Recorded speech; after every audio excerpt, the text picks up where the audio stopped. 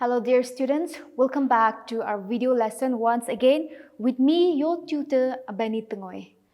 I am hopeful that you have been patiently waiting to know the remaining story that I have explained in my last video lesson.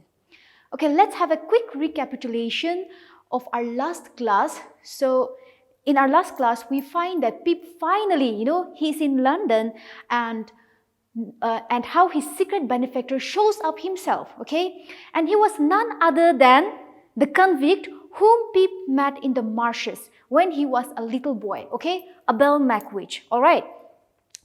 After finding out that Abel Mackwich was the secret benefactor, his dream of marrying Estella, was all shattered. Pip is appalled, that means greatly dismayed or horrified, but he feels morally bound to help Mackwich escape London. The convict is pursued both by the police, okay, and by Compassion, all right? Compassion, that is the second convict. Both of them are convicts, all right? And Compassion is his former partner in crime as well, all right? And a complicated mystery begins to fall into place when Pip learns that Compassion, okay, that is the second convict, was the man who abandoned or betrayed Miss Havisham. Remember, I told you about Miss Havisham who had a bad love story, right? So it was because of Compassion that he adopted a daughter to take revenge on every man, all right? He also finds out that Estella is Mackwitch's daughter. Now, Estella is the adopted daughter of Miss Havisham, but he also has got his biological parents, okay? And the father is none other than Abel Mackwich, all right? And Miss Havisham has raised her to break men's hearts, as a revenge, all right? For the pain her own heart, caused her, all right? So Miss Havisham delights in Estella's ability to play with Pip's affection or to play with Pip's, love. As the week, pass by, as weeks pass by, Pip sees the good in Mackwich. Pip thought that Mackwich was a bad man, but, slowly, as weeks pass by, he discovered that Mackwich was not as bad as he thought. He saw the good in Mackwich and begins to care for him deeply, or else before Mackwitch's escape attempt, Estella marries an upper-class lord. That means, one who lacks good manners and is an aggressive man. Now, Estella is already married to someone from a high class, all right, or, status. And his name is Bandy Drummer, all right? And Estella also knows that Pip loves him, but Estella does not love him in return. Okay, now Pip pays a visit to Satis' house, where Miss Havisham begs his forgiveness for the way she has treated Pip in the past. And yes, Pip does forgives her, all right? And later that day, Miss Havisham catches fire and she goes up in flames. She survives, but she becomes an invalid. That means she becomes, she is not able to move, all right? In her final days, she continues to repent for her misdeeds. Then time comes for Pip and his friends to send Mackwich away from London.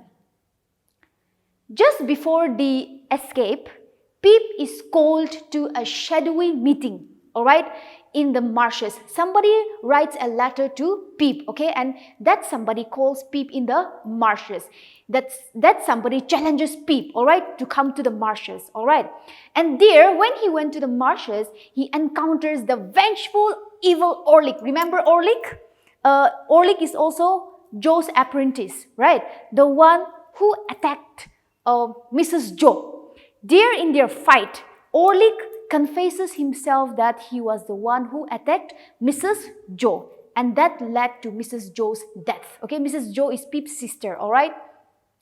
And now, when Orlick was on the verge of killing Pip, Herbert arrives with, group of friends and saves Pip's life, okay?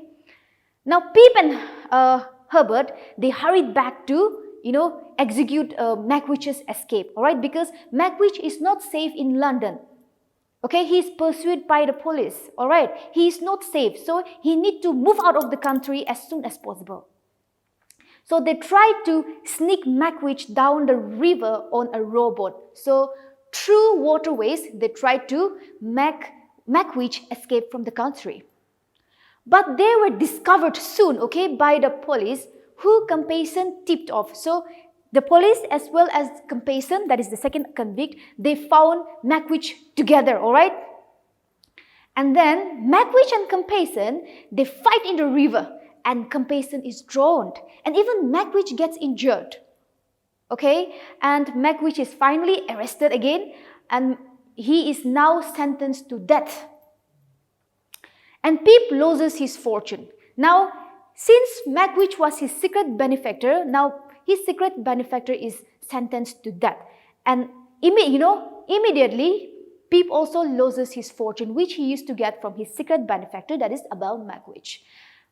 Mackwitch feels that his sentence, to death is God's forgiveness and dies, at peace. Pip falls ill. Pip falls ill and there was no one to look after him.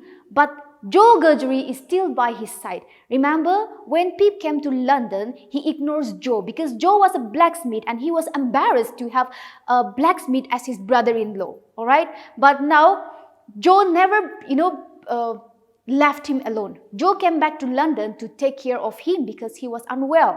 And there, they reconciled, okay? Their friendship was again reconciled. And they are, Joe gives him the news from home that Orlick, after robbing Uncle Bumpuchuk, okay, he is now in jail. And even Miss Havisham, he is now dead, okay? And most of her fortune are left to her relatives. That means the pockets, okay? The pockets are, her relatives, and even to Estella as well. Biddy has also taught Joe how to read and write. After Joe leaves, okay, after taking care of Pip, Joe leaves for his village, all right? But Pip also decides to rush home after him and decides to marry Biddy. Now, Pip has a plan to propose Biddy, okay? Biddy is his childhood friend. Biddy is also an orphan, right? He loses Estella. Estella is already married to somebody else. Now, Pip have got no option, so he decided that he will ask for Biddy's hand in marriage, all right? So, Pip was practicing how to propose Biddy. So, he finally set off to the place where he grew up, that is, in the marshes of Cont. But when he arrives there, he discovers that Biddy and Joe were getting married. It was their wedding day. And Pip happened to reach his house on their wedding day, okay? Though he was heartbroken after losing Biddy again, he just wished them the best and did not tell anything to Biddy about how he was planning to get married to her. Actually, Biddy also used to like Pip when they were young, okay?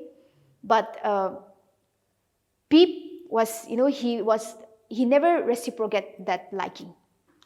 Now, Pip decides to go abroad with Herbert to work in the mercantile trade. That means, relating to trade or commerce, to do with business, all right? After 11 years working abroad, he returns. He returns to Joe and Biddy. Now, there he finds that they had a, son whom they have named Pip after him, okay? And also a daughter. Now, Joe and Biddy have named their son Pip after Pip, okay? That is Philip Parrip. Philip Parrip is Pip's full name. When Biddy asks Pip if he still remembers Estella, he replies that he still does. But it has all gone by, okay? But Biddy tells Pip that she had been badly, treated by her husband, who had died in an accident, which was a consequence on his, ill treatment of a horse. So Estella is now a widow, okay? His husband is already dead. Pip decides to go to Satis' house. There he encounters Estella in the ruined garden at Satis' house. Suffering had taught Estella much, okay? And Pip finds that Estella's coldness and cruelty have been replaced by kindness, and the two leave the garden hand in hand, believing that they will never part again. So that is how the story, ends. Now it ends with a positive note that Pip will never be away from Estella. He has lost Estella in the first place. Estella is already married and widowed, and Biddy also married to somebody else. But at the end, Pip, the narrator, closes the story with a positive note that he will never be apart from Estella. So students, with that we come to the end of our story. I'm hopeful we had a fruitful time learning the lesson. Now I would like to discuss the themes in the novel. First up, we have the ambition and self-improvement.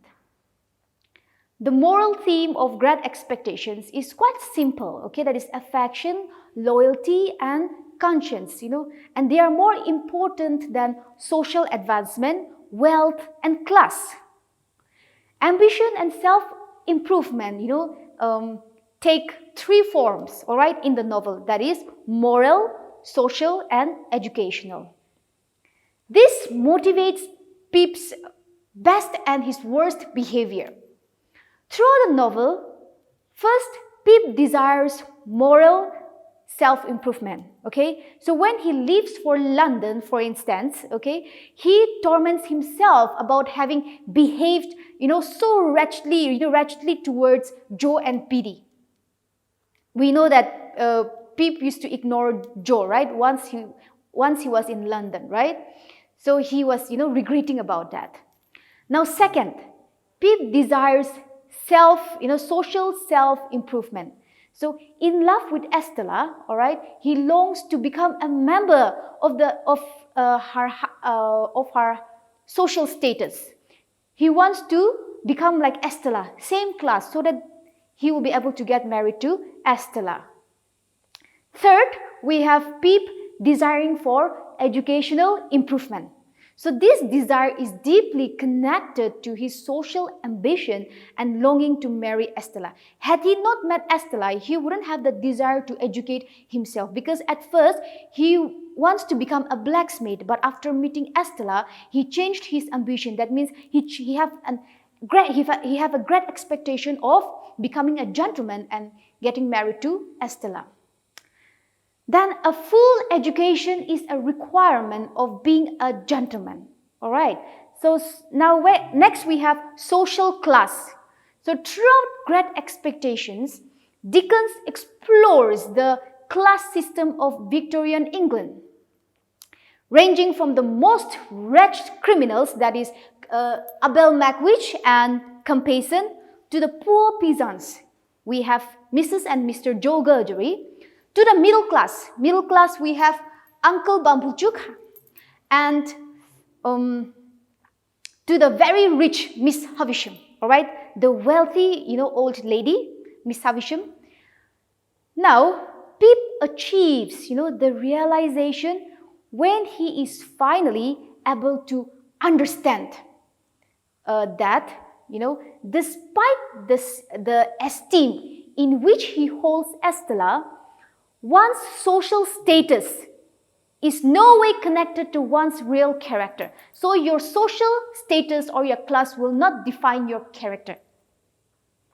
So it's very important that you have all those moral values no matter how rich you are. So next we have crime, guilt, and innocence.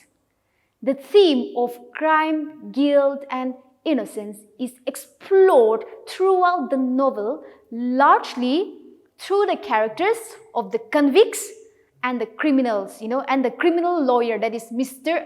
Jaggers.